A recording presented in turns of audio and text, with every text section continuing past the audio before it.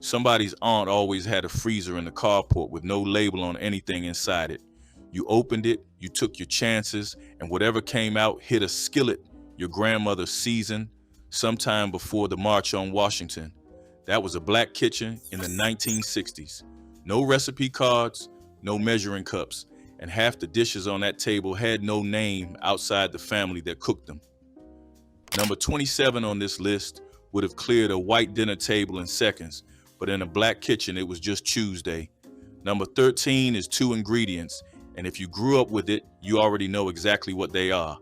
And number 4 was the only candy some families made all year long. These were not poverty meals. These were the foods that held a people together while the rest of the country never set foot in that kitchen. Hit subscribe because this list goes further than you think. Here are 30 foods that were normal in black homes in the 1960s but nowhere else. Number 30, smothered cabbage, a whole head of green cabbage cut into thick wedges, laid into a deep skillet with bacon drippings, onion, salt, and just enough water to keep it from scorching. The lid went on tight and the heat dropped low, and the cabbage cooked down slowly until every piece turned soft and translucent and soaked through with pork fat and onion. There was no crunch left in it. That was the point. Smothered cabbage was not a side dish that looked pretty on a plate. It was the kind of food that filled the kitchen with steam and fed everyone at the table for the cost of one vegetable and a piece of leftover bacon. Most of America ate cabbage raw in a slaw or boiled it until it fell apart. In a black kitchen, smothering it low and slow turned it into something else entirely. Number 29, syrup sandwich. 2 slices of white bread and a thick pour of cane syrup folded together and pressed flat enough to eat without dripping. There was no peanut butter involved, no jelly, no butter on the bread if the house was running short.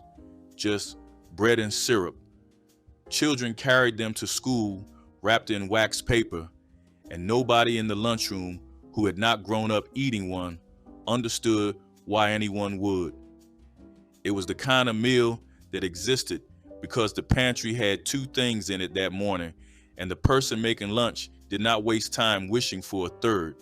The syrup soaked into the bread and turned it dense and sweet and heavy in the hand. Outside of black and rural southern homes, a syrup sandwich was not a meal. Inside them, it was breakfast, lunch, and the thing you handed a child who said they were still hungry after supper. Number 28, fried corn. Not corn on the cob and not canned corn heated in a pot. Fried corn started with fresh ears, the kernels cut straight off the cob with a sharp knife, then scraped hard with the back of the blade to get all the milk and starch out of what was left. That milky pulp went into a hot skillet with bacon grease, salt, pepper, and sometimes a spoonful of sugar, and it cooked down into something thick, creamy, and nothing like any corn dish most of America ever saw on a plate. It clung to the spoon.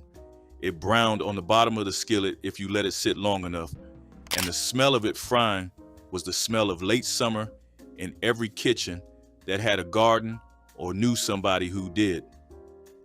Number 27, chicken feet, bright yellow, scaled, with the toenails still attached when they came out of the market bag. Most of America would not have touched them. In a black kitchen, chicken feet got cleaned, the outer skin peeled off after a quick scald in boiling water, then dropped into a pot and simmered for hours until the tendons dissolved and the broth turned thick and gelatinous. Some families ate them straight from the pot, pulling the soft cartilage off each tiny bone with their teeth. Others stewed them with tomatoes and onions or pickled them in vinegar and hot pepper. The feet cost almost nothing because nobody else wanted them. That was the whole economy of a black kitchen in the 1960s, taking what the rest of the country refused and turning it into something the family asked for by name. Number 26, pepper sauce, a glass bottle, usually an old vinegar bottle or a cleaned out hot sauce bottle, stuffed full of small hot peppers from the garden and topped off with white vinegar. It sat on the table at every meal right next to the salt. Alyama shook it over greens, beans, peas, rice, cornbread, and anything else that needed heat. The peppers steeped in the vinegar for weeks, and the longer the bottle sat, the hotter and more complex the liquid got. When the vinegar ran low, you just poured more on top of the same peppers. Nobody bought hot sauce when the pepper plants were producing. The bottle had no label, no brand, and no recipe. Every family's tasted different, and guests who tried it for the first time learned quickly that a light shake was enough. That bottle outlasted everything else on the table, and nobody ever threw it away. Number 25, butter beans, large, flat, pale green lima beans cooked in a pot with a piece of salt pork or a ham bone until they turned soft enough to mash against the roof of your mouth with your tongue.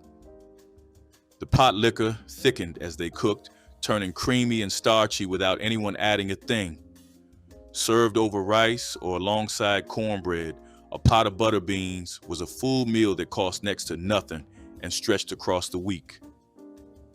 Most of America knew lima beans as a frozen vegetable nobody wanted on their plate. In black kitchens across the South, butter beans were not the same food. They were slow cooked, deeply seasoned, and eaten with the kind of quiet satisfaction that came from a pot that had been left alone long enough to do its own work.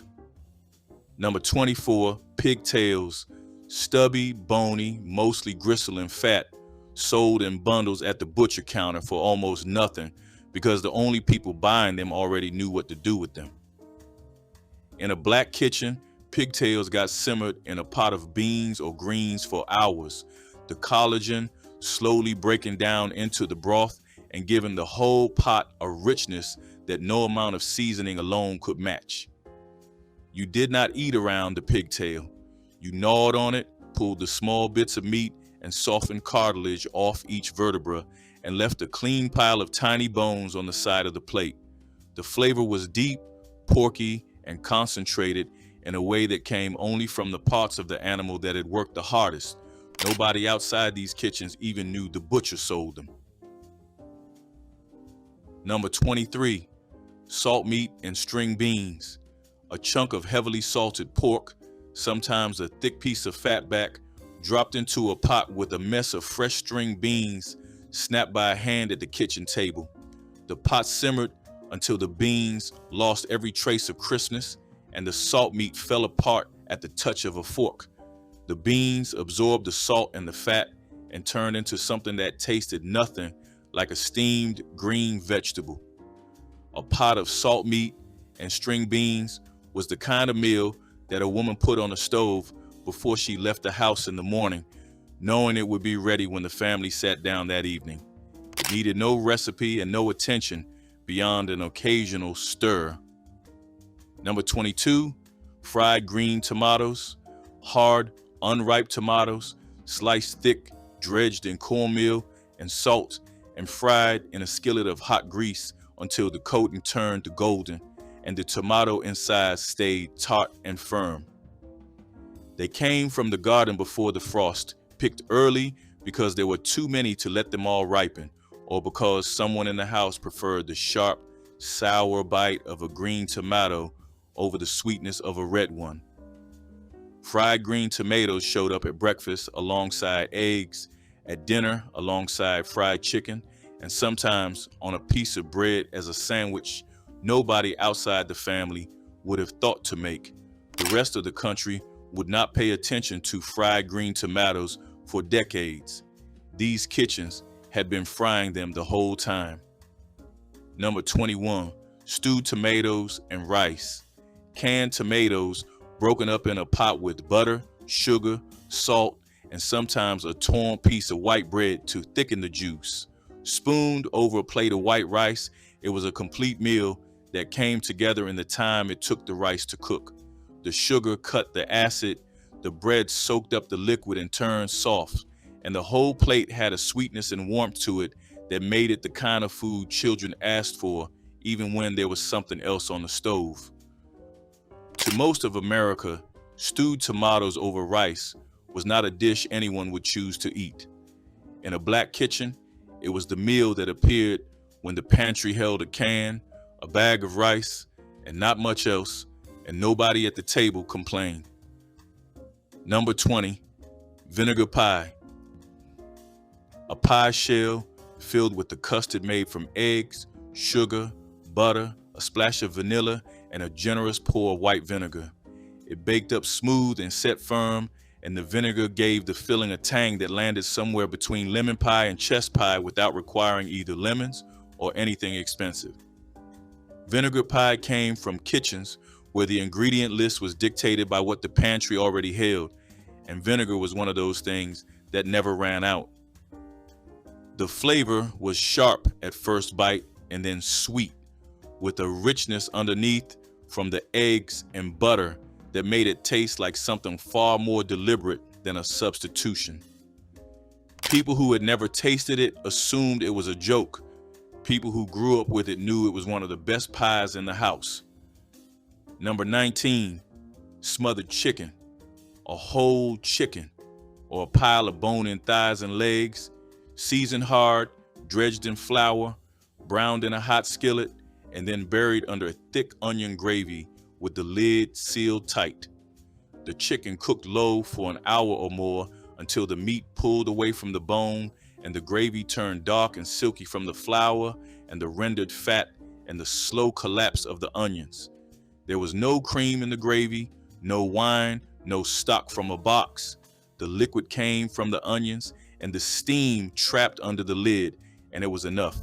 Smothered chicken was Sunday food, company food, the dish that told everyone at the table that somebody in the kitchen had given this meal the full afternoon. The plate came with rice underneath to catch every drop of that gravy, because leaving it behind was not something anyone in the house would do. Number 18, tripe, the stomach lining of a cow sold in pale, rubbery sheets at the butcher counter that looked like nothing any reasonable person would choose to eat. In a black kitchen, tripe got cleaned under running water, cut into narrow strips, and stewed for hours with tomatoes, onions, bell peppers, garlic, and enough seasoning to transform the whole pot. The texture slowly softened into something tender and rich, with a chew that held up against the thick gravy around it. Tripe stew was a meal that required time and commitment, and most of America walked past it at the meat counter without even slowing down. The families who knew what to do with it turned it into a dish you came back to the pot for twice. Number 17, fried fruit pies, hand-sized half-moon pastries filled with cooked fruit, sealed along the edge with the tines of a fork, and fried in a deep skillet of hot lard until the crust blistered and turned golden brown. The filling was whatever fruit the season and the yard provided. Peach was the most common, cooked down with sugar until it turned thick and jammy. Dried apples rehydrated on the stove worked through the winter months. Blackberries came in from the fence line. Sweet potato filling showed up when nothing else was available. The dough was simple, rolled thin from flour, lard, salt, and a little cold water. A woman who made fried pies regularly did not measure anything. She knew the dough was right by the way it felt in her hands, and she knew the oil was hot enough by the sound it made when the first pie went in. These were not bakery pastries. They came out of the skillet, dark and uneven, with bubbles in the crust and fruit juice leaking from the seams where the fork had not pressed hard enough. Children ate them standing at the stove, burning the roofs of their mouths because nobody in the house was patient enough to let a fried pie cool. The grease popped and the kitchen filled with the smell of hot dough and sweet fruit, and that smell carried through the screen door and told the whole block what was happening inside. Church women brought them wrapped in wax paper. Funeral tables had a plate of them stacked in a pyramid. Family reunions set them on a platter at the end of the dessert table, and they were always the first thing gone. And in the decades since, every attempt to replicate them in a commercial kitchen has missed the one thing that made them what they were, which was the hand of a specific person who made them the same way every single time without once writing it down. Number 16, fatback, pure pork fat, salt cured, with no lean meat on it whatsoever. Fatback was not something you ate as a main dish by itself. It was the engine that powered everything else on the stove. A thick slab dropped into a pot of beans or a mess of greens gave the entire meal its backbone, its salt, and its depth. Sliced thin and fried until the edges crisped, it became a salty, rich side that went alongside biscuits and eggs at breakfast. In the 1960s, fatback was a constant in black kitchens across the South because it lasted without refrigeration. It cost next to nothing, and a single piece could carry a whole pot of food from plain to something the family looked forward to sitting down for. Number 15, corn pudding. Fresh corn cut from the cob, mixed with eggs, sugar, butter, and a little milk, poured into a baking dish and baked until the top browned and the center set into something halfway between a custard and a casserole. It was sweet enough to pass as a dessert and savory enough to sit on the plate next to fried chicken without anyone questioning it. Corn pudding showed up at Sunday dinners and church suppers and holiday tables, where the number of side dishes was a measure of how seriously the kitchen took the occasion. The texture was dense, creamy, and soft, with pockets of whole corn kernels that burst between your teeth. Most of America had never seen corn treated this way. In a black kitchen, it was one of those dishes that someone always brought and someone always finished. Number 14, blackstrap molasses on anything. The darkest, thickest, most bitter grade of molasses, the residue left over after the sugar refining process had pulled out everything sweet and profitable. Blackstrap got poured on hot biscuits in the morning, stirred into a glass of milk for children who needed building up, folded into cornbread batter to darken it, and swallowed straight from a spoon when somebody in the house looked pale or complained of being tired. Grandmothers treated it like medicine and served it like dessert. It was high in iron and strong enough in flavor to make your face tighten on the first taste. By the 1960s, refined white sugar and bottled corn syrup had replaced molasses in most American kitchens. In black homes across the South, that tin of blackstrap stayed right where it had always been. Number 13, mayonnaise sandwich. 2 slices of white bread and a thick spread of mayonnaise. Nothing else. No lettuce, no tomato, no meat, just bread and mayonnaise, eaten as a meal or handed to a child as a snack between meals when the kitchen had run through everything else. The simplicity of it made people outside the household stare. Inside the household, it was ordinary. Mayonnaise was one of those staples that sat in the refrigerator door at all times, and white bread was the cheapest thing on the grocery shelf. Put them together and you had something to eat. That was the entire calculation. Nobody romanticized it then. Nobody called it a recipe. It was the bottom of the pantry turned into a meal, and for the families who ate it, it did not need to be anything more than that. Number 12, hoghead cheese. Not cheese at all. The entire head of a hog dropped into a pot of boiling water and cooked for hours until every piece of meat, skin, and soft fat fell away from the skull. Then all the usable meat was pulled, chopped fine, seasoned with vinegar, salt, red pepper, and whatever spices the family favored, pressed into a loaf pan and set in the cold until the natural gelatin from the bones locked everything solid.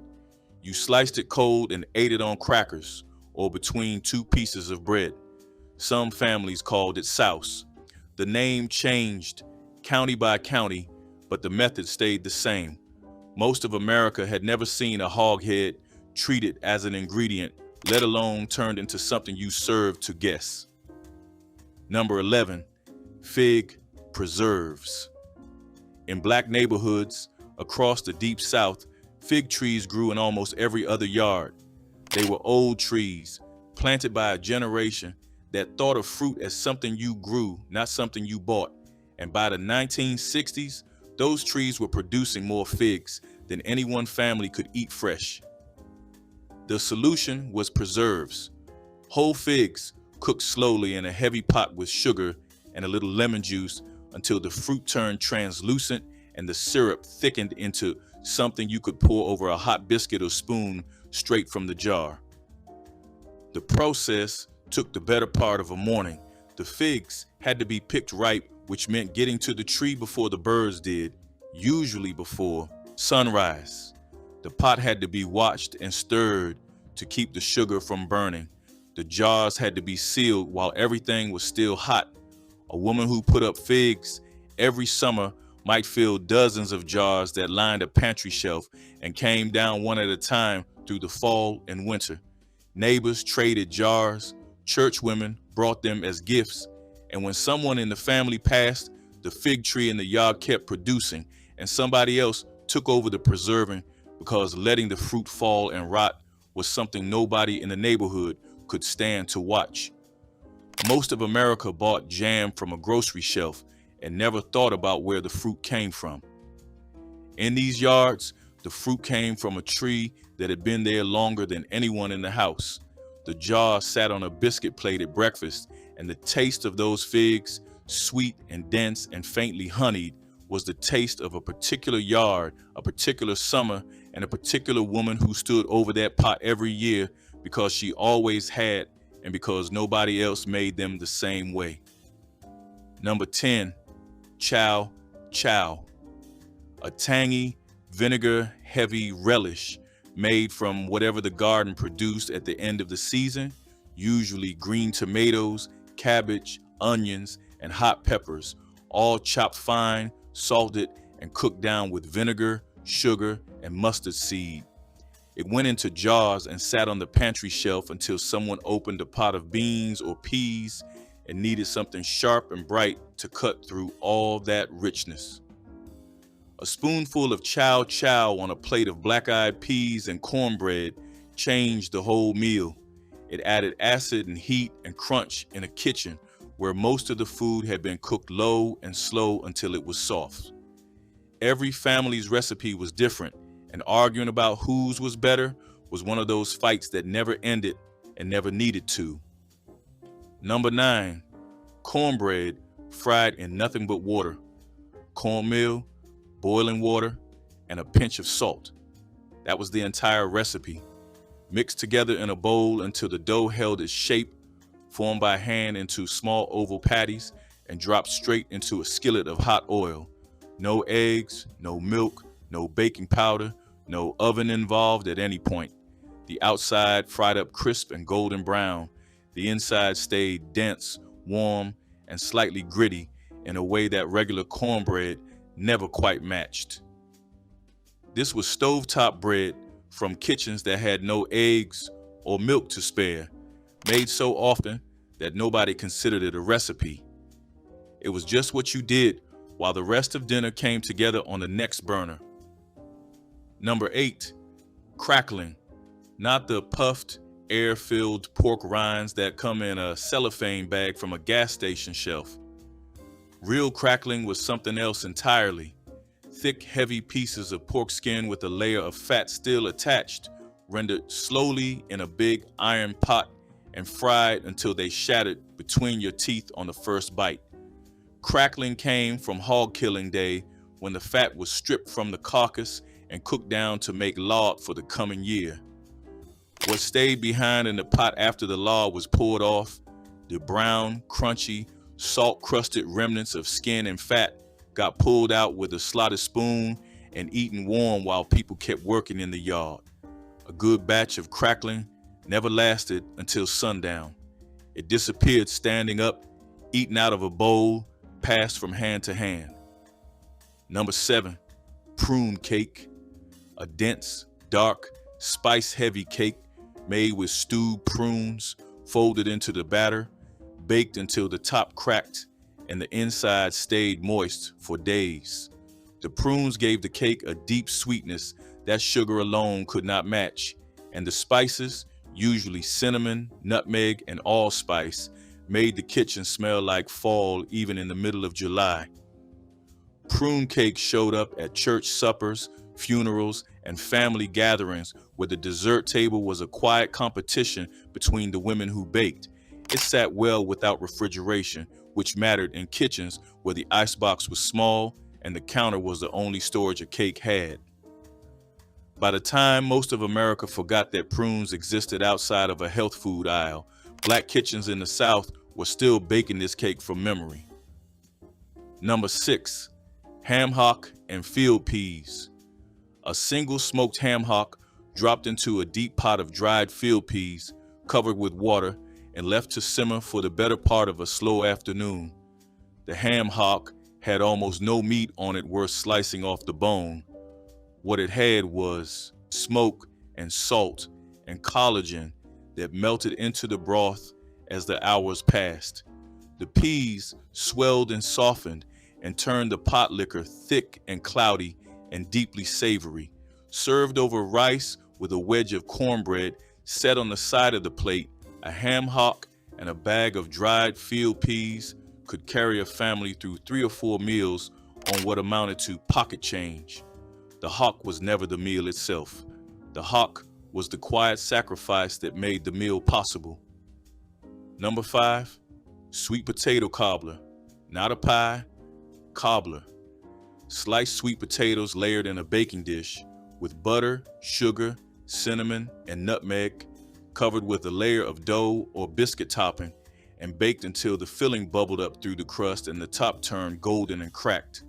The sweet potatoes cooked down into something soft and caramelized, and the syrup that formed at the bottom of the dish was thick enough to pour over a second helping. Sweet potato cobbler was the dessert that appeared when peaches were out of season and the pantry had a bag of sweet potatoes that needed using. It was heavier than a fruit cobbler, richer, and the kind of thing you ate slowly because a small piece went a long way. Most of America made cobbler with fruit. These kitchens made it with whatever the root cellar had, and sweet potatoes were always there. Number 4, molasses candy. Molasses, butter, and a little vinegar cooked in a heavy pot until the syrup reached the hard crack stage, then poured onto a greased surface and pulled by hand while it was still warm enough to stretch. The pulling turned the dark, sticky mass lighter in color and gave it a chew that sat somewhere between taffy and toffee.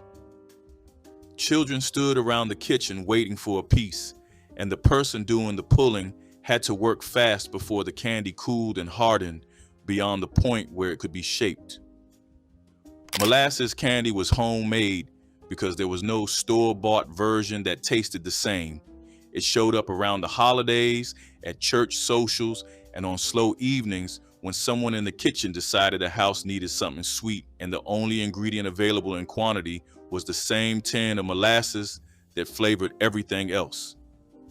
Number 3, red drink.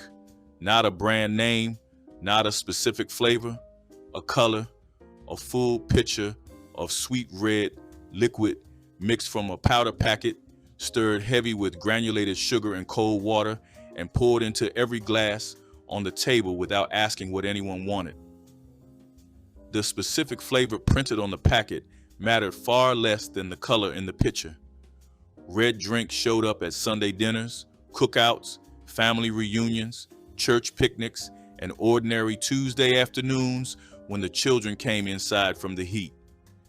It sat in the refrigerator in a plastic pitcher that never fully got emptied out because someone was always mixing a fresh batch on top of what was left. Outside of black households, people called it by the brand on the packet.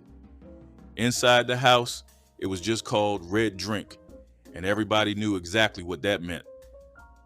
Number 2, buttermilk as a drink.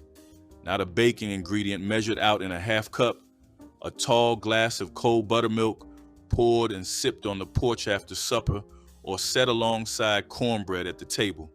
Thick, tangy, and to most of America, undrinkable on its own. In a black home in the 1960s, a glass of buttermilk was as ordinary as water from the tap. Older folks drank it because they said it settled the stomach. Children drank it because they were told to. And a glass of cold buttermilk on a hot afternoon in Mississippi was one of those quiet, ordinary things that nobody photographed and everybody who lived it still remembers. Number 1, a pot of greens that cooked all day long. Collard greens, mustard greens, turnip greens, whatever was growing or whatever the market had.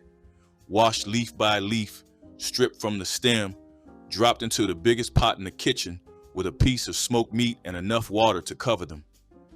The lid went on, the flame went low, and the pot stayed there from morning until supper. Nobody rushed the greens. The house smelled like that pot all day, and when they finally reached the table, dark and tender and heavy with salt and smoke, they carried everything this list has been building toward. If the church potluck had one certainty, it was that somebody's grandmother had brought the sour cream pound cake, and the pan would be empty before the table was cleared. This was not the dry, crumbling version from a box. It was dense and moist in a way only a full cup of sour cream could produce, the acid reacting with the baking soda to give the crumb a tenderness that lasted 3 days. African-American home bakers in the 1950s and 60s understood that sour cream was the difference between a pound cake that tasted good and one that tasted like it had been made by someone who genuinely knew what they were doing. No frosting on a sour cream pound cake. The golden crust was the entire presentation. She baked it in a tube pan, set it upside down on the neck of a bottle to cool, and you could not slice it warm no matter how much you wanted to. These women knew their ovens without a thermometer, by how the kitchen smelled, by when that browned butter sweetness filled the whole house. Number 26, fried cornmeal mush. Cornmeal was stirred into boiling salted water and cooked until it thickened into a dense porridge. The hot mush was poured into a loaf pan and left in the icebox overnight until it set solid enough to slice. The next morning, the slices were fried in bacon drippings until both sides turned golden and crisp while the center stayed soft and warm. Fried mush was eaten at breakfast with syrup poured over the top or alongside fried eggs and salt pork. It cost almost nothing to make and filled the stomach for hours. The women who cooked it made the porridge thick enough to hold its shape when sliced and thin enough not to crack in the skillet. When boxed cereal and instant oatmeal took over the morning table, nobody stood at the stove stirring cornmeal anymore. The peach preserves layer cake was why she spent 2 full July days at the canning pot, filling jar after jar with fruit from the neighbor's tree, because she already knew what those jars would become come November. African American women in the South understood preserving season as planning ahead. You were not canning for next week. You were canning for the holidays, for the church anniversary supper, for the birthday cake that would make the room go quiet when it was carried in. The cake was a yellow butter cake baked in 3 rounds, cooled completely before assembly. The filling went in thick between each layer, not jam, but the chunky, sweet tart preserves she had made herself. And the difference between homemade and store-bought was the difference between a dessert and a memory. She frosted the outside lightly, letting the gold of the peaches show at the edges. The cake rested overnight, the preserves soaked into the sponge, and the layers became one. Nobody thought to ask how she got the taste exactly the same every year while she was still alive to tell them. Number 22, chitlin dumplings. Chitterlings were cleaned, a process that took hours, and filled the house with the smell that announced itself through closed doors. Once boiled until tender, the chitlins were chopped into small pieces and folded into a simple dumpling dough made from flour, water, and a little lard. The dumplings were dropped by spoonfuls into the simmering broth left from the chitterling boil. They puffed and turned soft in the rich, heavy liquid, and each one carried a piece of chitlin inside. The dish stretched a modest amount of chitterlings into a full meal that went further than the chitlins alone. When fewer people were willing to spend a morning cleaning intestines, the dumpling disappeared along with the patience it required. You had never seen a cake with something hidden inside it until she made the socket to me cake, and once you did, you understood that baking could have secrets. The name came straight from the era, lifted from Aretha Franklin's 1967 hit Respect, then spread wide by the comedy show Rowan and Martin's Laugh In. Duncan Hines printed a version on the back of a boxed mix, and Black Southern bakers built something far better from scratch. The cake was a dense sour cream pound cake, but the inside held the revelation, a swirl of brown sugar, cinnamon, and chopped pecans that stayed hidden until you cut the first slice. She mixed the streusel by hand, pressed it into the center of the batter, and covered it with the remaining cake. A thin vanilla glaze ran into the grooves when it came out of the bundt pan. Church potlucks, family reunions, holiday tables, this cake showed up and showed out. Women who brought it were asked for the recipe. They said it was simple. It was. Knowing what to put inside was the whole point. Number 28, watermelon rind pickles. After the red flesh was eaten, the rind was peeled, cubed, and soaked in salted water overnight.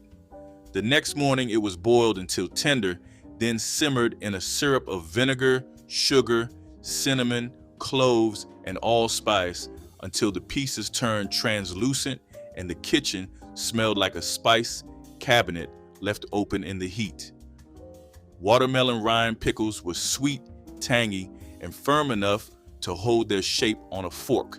They were canned in glass jars and lined up on the pantry shelf alongside green tomato relish and pickled beets. A family that ate watermelon all summer could put up enough rind pickles to last until the following June. The work was slow and the jars were heavy, but throwing away the rind felt like throwing away food. When watermelon became something bought pre-cut in plastic containers at the grocery store, the rind never made it home. Banana bread in the 1960s was not a weekend project. It was Tuesday morning when the bunch on the counter had gone too dark to eat, and throwing them away was not something that happened in that kitchen. Black families across the South and the urban North, still close to the rationing habits of the war years, treated overripe bananas as an ingredient, not a problem. The blackened fruit had converted its starch to sugar and carried a caramel-rich depth that no fresh banana could match. She mashed them with a fork, stirred in butter, eggs, flour, and a fistful of brown sugar. If there were walnuts in the cabinet, they went in. The brown, sugar glaze poured while the loaf was still hot made the top go glossy and cracked slightly as it cooled. The first slice was eaten standing at the counter before the loaf ever reached the table. Today, that same loaf sells for $8 in a coffee shop. Back then, it was what you made, so nothing went to waste. Number 29, fried fatback. A slab of fatback was the cheapest cut at the butcher counter. Solid pork fat with a thin ribbon of meat along one edge, sliced thick, fried in its own grease until the outside cracked and curled. Families who could not afford ham or bacon put fried fatback on the plate where the meat was supposed to go. It sat next to the greens. It sat next to the beans. It was the protein. The rendered fat went into a jar on the back of the stove and seasoned every meal that followed. Children ate the crispy edges first, breaking them off with their fingers before the rest of the slab cooled. When doctors started warning about saturated fat in the 1970s, fatback was the first thing to leave the plate. The jar stayed on the stove a while longer, but eventually that went too. Before the canning shelf ran out in February, there was always at least one jar of applesauce left, and that jar became the applesauce spice cake. Not a substitute, but a recipe that made the fresh apple version seem unnecessary. This cake traced its American roots to colonial kitchens where applesauce replaced fat in the batter during times of scarcity. African American families in the rural South kept the tradition alive because apple trees grew in the yard and what they put up in summer lasted through winter. She never measured the spices, cinnamon, cloves, nutmeg, allspice, only shook until the batter turned the right shade of brown. Raisins went in if there were raisins, walnuts if there were walnuts. The cake baked in a square pan, served plain, never frosted. It tasted better the second day and better still the third as the spices deepened and the crumb tightened into something close to what she had intended all along. Number 25, clabber. Raw whole milk was left in a covered crock at room temperature until the natural bacteria turned it thick and sour, somewhere between yogurt and soft cheese. Clabber was eaten from a bowl with a spoon, sometimes sprinkled with sugar or nutmeg, sometimes with cornbread crumbled into it. The taste was tangy and rich, nothing like the flat sourness of store-bought buttermilk. Families who kept a cow had clabber on the table almost every day. It required no cooking and no preparation beyond patience and clean milk. When pasteurization became standard and raw milk disappeared from the kitchen, the crock stopped working the way it always had. Pasteurized milk does not clabber, it just spoils. Egg custard pie was the dessert you made when the pantry was nearly empty and company was still coming.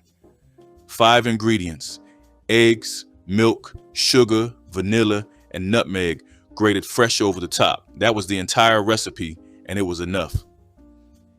In African American households from the 1930s through the 60s, this pie appeared at Sunday dinner because it required no special shopping and no hours at the stove. The filling poured into an unbaked crust, and the oven transformed it into a trembling golden custard that held its shape when sliced but yielded completely on the tongue. She knew it was done when the center barely jiggled. That reading of the oven could not come from a cookbook. The nutmeg was always freshly grated, never from a tin, because pre-ground spice bore no resemblance to what came off a whole nutmeg directly onto the custard. The elders kept one wrapped in a cloth in the spice drawer. If you asked what it was for, they handed it to you and pointed at the pie. Number 27, opossum and sweet potatoes. The animal was caught, cleaned, and soaked in salted water to pull out the gamey taste. It was parboiled, then laid in a roasting pan surrounded by quartered sweet potatoes and baked low and slow until the meat fell from the bone and the sweet potatoes collapsed into the drippings. The fat from the opossum basted everything in the pan without a single spoonful of added grease. Opossum was served at holiday tables and special suppers in rural communities across the Deep South. The men who trapped them knew the difference between a corn-fed opossum and one that had been eating garbage, and they only brought home the right kind. When families moved into cities and the younger generation saw the animal as a pest rather than a meal, the roasting pan stayed in the cabinet. The lemon icebox pie sat on the second shelf of the refrigerator, covered with a dish towel, and you knew better than to touch it before Sunday dinner was over.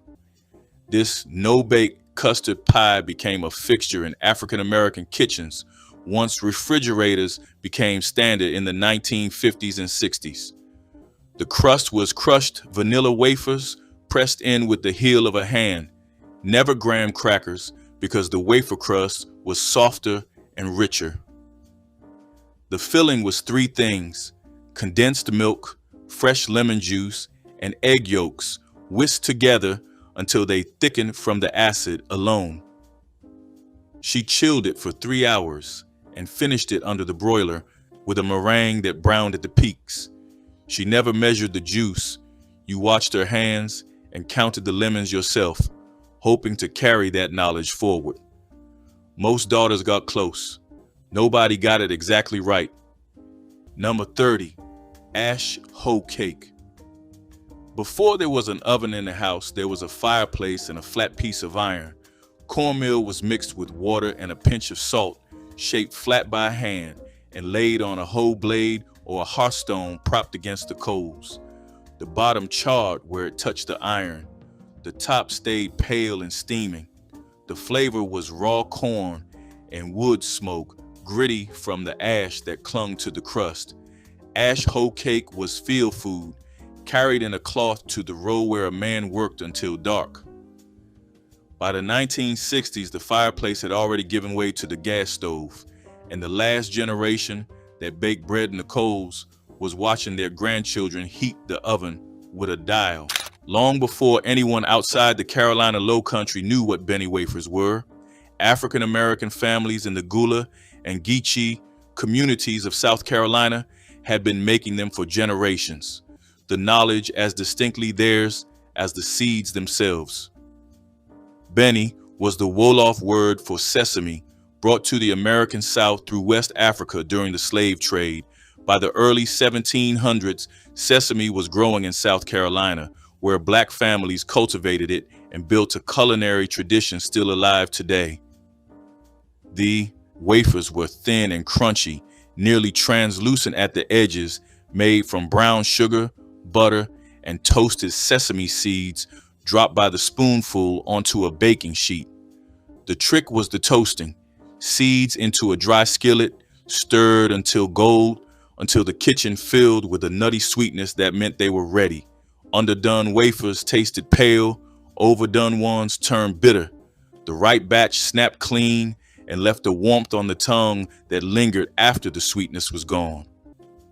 Number 24, smothered cabbage with ham hocks. A head of cabbage was quartered and laid in a heavy pot on top of smoked ham hocks that had already been simmering for an hour. The pot was covered tight and left on low heat until the cabbage wilted into the pork broth and turned soft and translucent, soaked through with smoke and salt. The ham hocks gave up their meat in shreds, and the cabbage absorbed everything the bone released. A head of cabbage fed a full table for almost nothing, and the broth left at the bottom was sopped up with cornbread or drunk from the bowl. When pre-shredded coleslaw mix replaced the whole head and smoked ham hocks disappeared from the meat case, the smothered pot lost both its ingredients at the same time. That the food was never separate from the people who cooked it. That the kitchen was never separate from the history that built it. And that these 30 foods were never just meals. They were how a people fed themselves when the country gave them the least to work with and turned it into something nobody who sat at that table has ever forgotten. Every one of these foods started in a kitchen that the rest of this country never set foot in. If your family made any of them, drop the one that mattered most in the comments. Share this with someone who sat at the same table you did. Because for a lot of people watching right now, these are not old memories. This is still what dinner looks like.